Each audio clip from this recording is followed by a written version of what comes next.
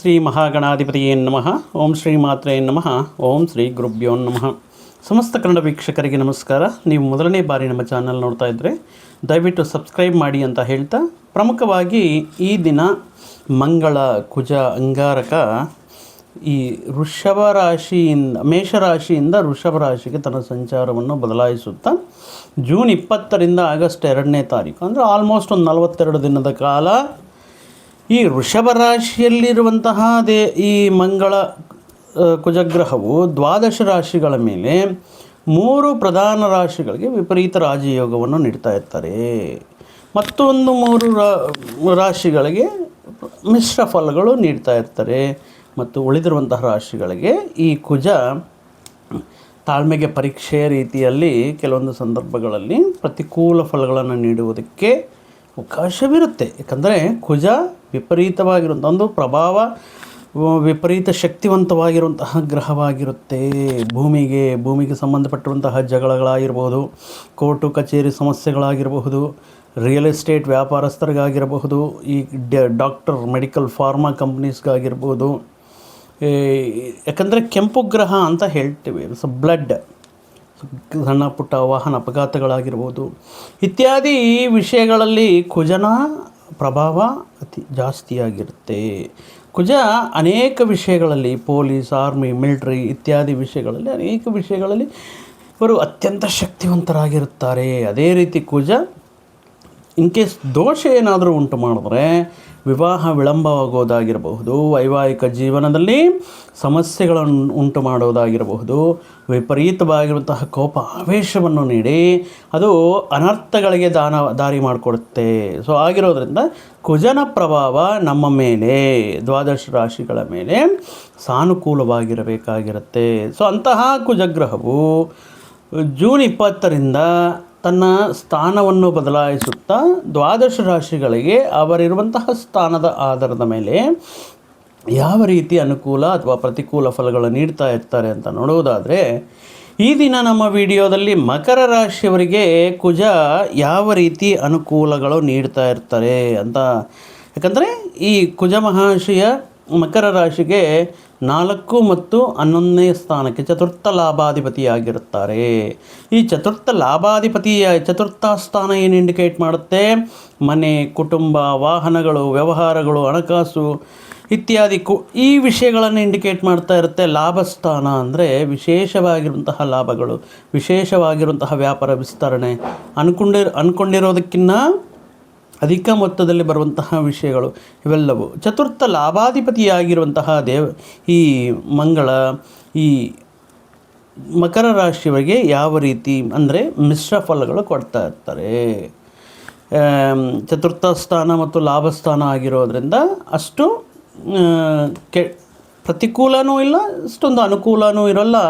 Mixed result ಆಗಿ, neutral ಆಗಿ ಇವರಿಗೆ ಈ 42 ದಿನಗಳ ಕಾಲ ಇವರು ತಮ್ಮ ಮಕರ ರಾಶಿಯ ಮೇಲೆ ತನ್ನ ಪ್ರಭಾವವನ್ನು ತೋರಿಸ್ತಾ ಇರ್ತಾರೆ. ಸೊ ಆದ್ರೂ ಕೂಡ ಯಾವ ವಿಷಯಗಳಲ್ಲಿ ಮುಂಜಾಗ್ರತೆ ಕ್ರಮ ತಗೋಬೇಕು ಅನ್ನೋದು ಇಂಪಾರ್ಟೆಂಟ್. ಇಲ್ಲಿ ಎಲ್ಲರಿಗೂ ಇದು ಆಗಿರುತ್ತಾ ಅಂದರೆ ಇದು ಗೋಚಾರದಿಂದ ಹೇಳಿರುವಂತಹ ಫಲಗಳಾಗಿರುತ್ತೆ. ನಿಮ್ಮ ಪರ್ಸನಲ್ ಚಾರ್ಟಲ್ಲಿ, ವೈಯಕ್ತಿಕ ಜಾತಕದಲ್ಲಿ ಈ ಕುಜನ ಸ್ಥಾನ ಯಾವುದು ಅನ್ನೋದು ತಿಳ್ಕೊಬೇಕಾಗಿರುತ್ತೆ. ಇನ್ ಕೇಸ್ ಶುಕ್ರನಿಂದ ಕುಜದೋಷ ಇರುತ್ತೆ, ಚಂದ್ರನಿಂದ ಕುಜದೋಷ ಇರುತ್ತೆ, ಅಥವಾ ಹರಿವಿರುವಂತಹ 4th ಲಗ್ನ, ಸಪ್ತಮ ಸ್ಥಾನ ಆಗಿರಬಹುದು, ವ್ಯಯಸ್ಥಾನ ಆಗಿರಬಹುದು. ಕುಜದೋಷವನ್ನು ಈ ಕೆಲವೊಂದು ಸಂದರ್ಭಗಳು ನೀಡುವಂತಹ ಈ ದೋಷವನ್ನು ಉಂಟು ಮಾಡುವಂತಹ ಸಂದರ್ಭ, ಅದಕ್ಕೆ ನಿಮ್ಮ ಪರ್ಸನಲ್ ಚಾರ್ಟ್ನ ವೆರಿಫೈ ಮಾಡಿಕೊಳ್ಳೋದು ಉತ್ತಮ. ಈಗ ಮಕರ ರಾಶಿಯವರಿಗೆ ಚತುರ್ಥ ಲಾಭಾಧಿಪತಿಯಾಗಿ ಪಂಚಮ ಸ್ಥಾನ ಅನ್ನೋದು ಸಂತಾನ ಸ್ಥಾನ, ಪ್ರೀತಿ, ಪ್ರೇಮ, ವ್ಯವಹಾರಗಳ ಸ್ಥಾನ, ನಿಮ್ಮಲ್ಲಿರುವಂತಹ ಪ್ರತಿಭೆಯ ಸ್ಥಾನ, ಲಕ್ಷ್ಮೀ ಸ್ಥಾನ ಅಂತ ಹೇಳ್ತಾ ಇರ್ತೇವೆ. ಪಂಚಮ ಸ್ಥಾನದಲ್ಲಿ ಈ 42 ದಿನಗಳ ಕಾಲ ಈ 5ನೇ ಮನೆಯಲ್ಲಿರುವಂತಹ ಕುಜ ಯಾವ ರೀತಿ ವಿಷಯಗಳಲ್ಲಿ ಅನುಕೂಲವಿರುತ್ತೆ ಅಂತ ಹೇಳುವುದಾದರೆ, ಚತುರ್ಥಾಧಿಪತಿ ಅಂತ ಹೇಳಿದ್ರೆ ನಾವು ಹೇಳಿದ್ವಿ ಭೂಮಿ, ಒಂದು ಫ್ಲ್ಯಾಟ್ ತಗೋಬೋದು, ಅಥವಾ ಒಂದು ಮನೆ ಕಟ್ಟಬೇಕು, ಅಥವಾ ನೀವು ಯಾವುದಾದ್ರೂ ಒಂದು ವೆಹಿಕಲ್ ತಗೋಬೇಕು ಇತ್ಯಾದಿ ವಿಷಯಗಳೇನಾದರೂ ಪ್ರಯತ್ನ ಮಾಡ್ತಾ ಇರುವಂತಹ ಸಂದರ್ಭಗಳಲ್ಲಿ ಈ ಕೆಲವೊಂದು ಅವು ಆತಂಕಗಳನ್ಬೋದು ಅಥವಾ ಕೆಲವೊಂದು ವಿಷಯಗಳು ನಿಮಗೆ ನಿಮ್ಮ ತಾಳ್ಮೆಗೆ ಪರೀಕ್ಷೆ ಅನ್ನೋ ರೀತಿಯಲ್ಲಿ ಒಂದೇ ವಿಷಯಕ್ಕೆ ಅದು ಕಂಪ್ಲೀಟ್ ಆಗದೆ ಸಂಪೂರ್ಣವಾಗಿದೆ ಅದು ಪೋಸ್ಟ್ಪೋನ್ ಆಗ್ತಾ ಇರುತ್ತೆ. ಅಂದರೆ ನಿಮಗೆ ಕೊಡ್ತೀವಿ ಅಥವಾ ಮಾತಾಡೋಣ ಅನ್ನುವಂತಹ ಪಾರ್ಟಿ ಈ ವೀಕ್ ಆಗಲ್ಲ, ನೆಕ್ಸ್ಟ್ ವೀಕ್ ಬರ್ತೀವಿ, ಈ ಮಂತ್ ಆಗಲ್ಲ, ನೆಕ್ಸ್ಟ್ ಮಂತ್ ಬರ್ತೀವಿ.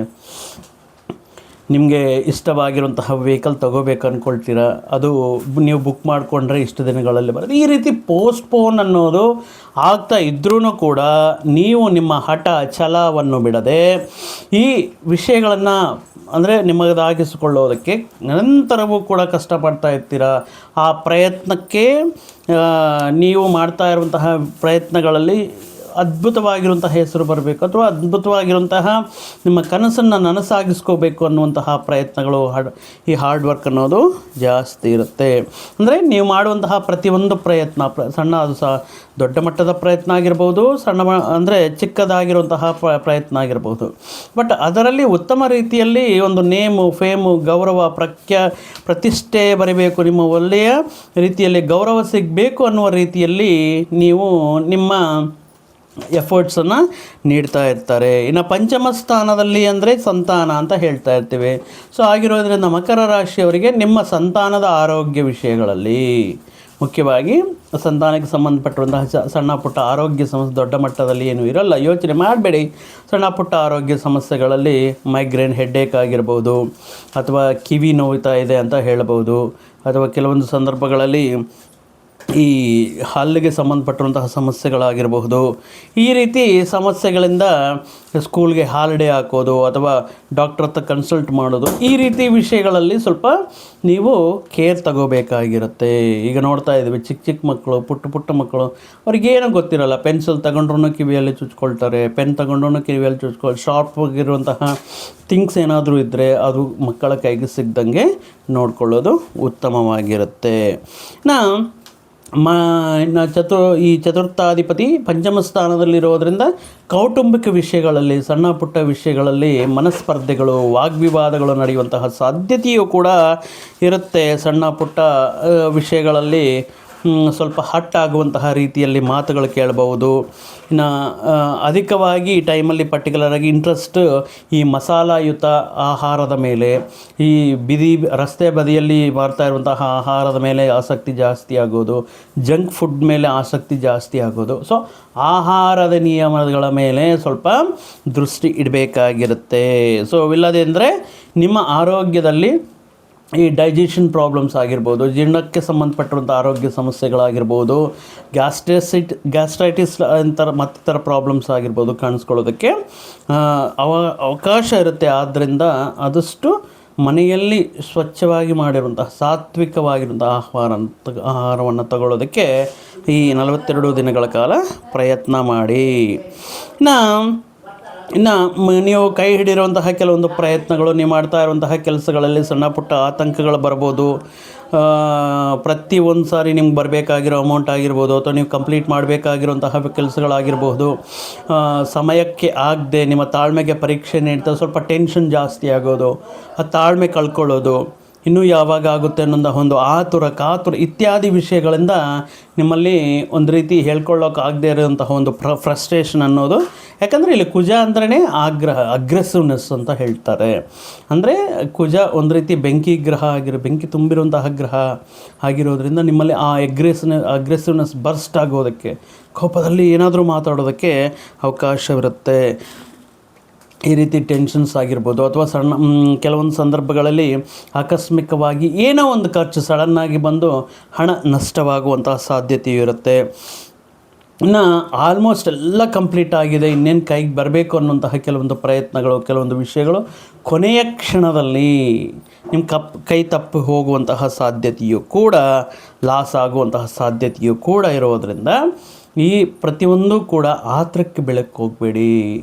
ಕೆಲವೊಂದು ವಿಷಯಗಳ ಮೇಲೆ ಸ್ವಲ್ಪ ತಾಳ್ಮೆ ಇರಲಿ, ಖಂಡಿತ ನಿಮ್ಮದಾಗಿಸ್ಕೋಬೋದು. ಬಟ್ ಈಗ ಚತುರ್ಥ ಲಾಭಾಧಿಪತಿ ಪಂಚಮದಲ್ಲಿರುವುದರಿಂದ ಈ ಕುಜನ ಪ್ರಭಾವದಿಂದ ಕೆಲವೊಂದು ವಿಷಯಗಳು ಈ ರೀತಿ ನಿಮಗೆ ಸ್ವಲ್ಪ ನಿಮ್ಮ ತಾಳ್ಮೆಗೆ ಪರೀಕ್ಷೆ ಮಾಡ್ತಾ ಇರಬಹುದು.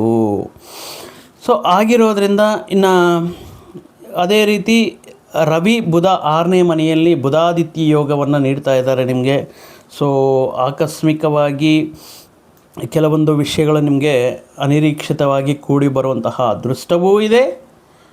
ನಾಟ್ ಓನ್ಲಿ ಕುಜ ಅಂದರೆ ಈ ರೀತಿ ಪ್ರಾಬ್ಲಮ್ಸ್ ಕ್ರಿಯೇಟ್ ಮಾಡಿದ್ರೂ ಕೂಡ ಋಣರೋಗ ಶತ್ರುಸ್ಥಾನವಾಗಿರುವಂತಹ ಶಿಷ್ಟಭಾವದಲ್ಲಿ ರವಿ ಬುಧರ ಜೊತೆ ಇರೋದರಿಂದ ಬುಧಾದಿತ್ಯ ಯೋಗ ಅನ್ನೋದು ನಿಮ್ಮ ಹೆಸರಿಗೆ, ನಿಮ್ಮ ಪ್ರತಿಭೆಗೆ ತಕ್ಕ ಗೌರವ, ನೇಮು, ಫೇಮು, ಅಥವಾ ನಿಮ್ಮ ಕೆಲವೊಂದು ವಿಷಯಗಳಲ್ಲಿ ನಿಮ್ಮ ಮಾತಿಗೆ ಸಿಗುವಂತಹ, ನಿಮ್ಮ ಹೇಳುವಂತಹ ಸಲಹೆಗಳಿಗೆ ಸಿಗುವಂತಹ ಗೌರವ, ಇವೆಲ್ಲವೂ ಕೂಡ ಈ ಸಂದರ್ಭದಲ್ಲಿ ಅನುಕೂಲವಾಗಿರುತ್ತೆ. ಋಣರೋಗ ಅನಾರೋಗ್ಯ ಸಮಸ್ಯೆಗಳೇನಾದರೂ ಇದ್ದರೆ ಅದರಲ್ಲಿಂದ ವಿಮುಕ್ತರಾಗುವುದಕ್ಕೆ, ನಿಮ್ಮಲ್ಲಿರುವಂತಹ ಈ ವ್ಯಕ್ತಿಯಲ್ಲಿ ಇಷ್ಟೊಂದು ಟ್ಯಾಲೆಂಟ್ ಇತ್ತ, ಇಷ್ಟೊಂದು ಸ್ಕಿಲ್ ಇತ್ತ, ಇಷ್ಟೊಂದು ಪ್ರತಿಭೆ ಇದೆಯಾ ಅನ್ನುವಂತಹ ವಿಷಯಗಳು ಬಹಳಷ್ಟು ಜನರನ್ನು ನಿಮ್ಮ ಹತ್ತಿರ ಸೆಳೆಯುತ್ತೆ.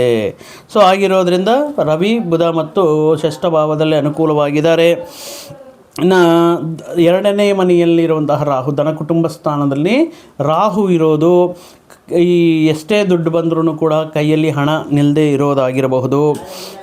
ಮತ್ತು ಫೋಕಸ್ ಕಮ್ಮಿ ಆಗೋದು. ಎಜುಕೇಷನ್ ಮಾಡ್ತಾ ಇರುವಂತಹ ವಿದ್ಯಾರ್ಥಿಗಳಿಗೆ ಈ ಸಂದರ್ಭದಲ್ಲಿ ಕಾನ್ಸಂಟ್ರೇಷನ್ ಅಥವಾ ನಿಮ್ಮ ಫೋಕಸ್ ಬೇರೆ ವಿಷಯಗಳ ಮೇಲೆ, ಬಾಹ್ಯ ವಿಷಯಗಳ ಮೇಲೆ ಫೋಕಸ್ ಜಾಸ್ತಿ ಆಗೋದು.